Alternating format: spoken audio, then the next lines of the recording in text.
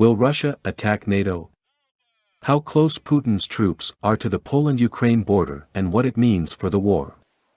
Russian missiles hit a large Ukrainian military training base near the border with NATO member Poland on Sunday.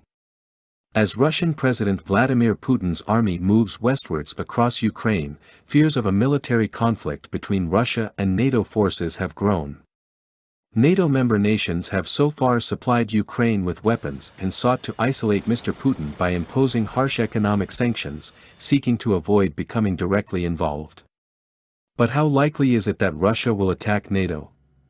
NATO uses a system of collective security, whereby its independent member states agree to mutual defense in response to an attack by any external party. This means that if Russia was to attack a NATO state such as Poland, Latvia, or Lithuania, it would be at war with all 30 NATO members. While Russia's forces are strong, they would be dwarfed by NATO's collective power, making touching a NATO member incredibly risky. NATO's core task is to protect and defend all allies, NATO Secretary-General Jens Stoltenberg has said. There must be no room for miscalculation or misunderstanding. How close Putin's troops are to the Poland-Ukraine border.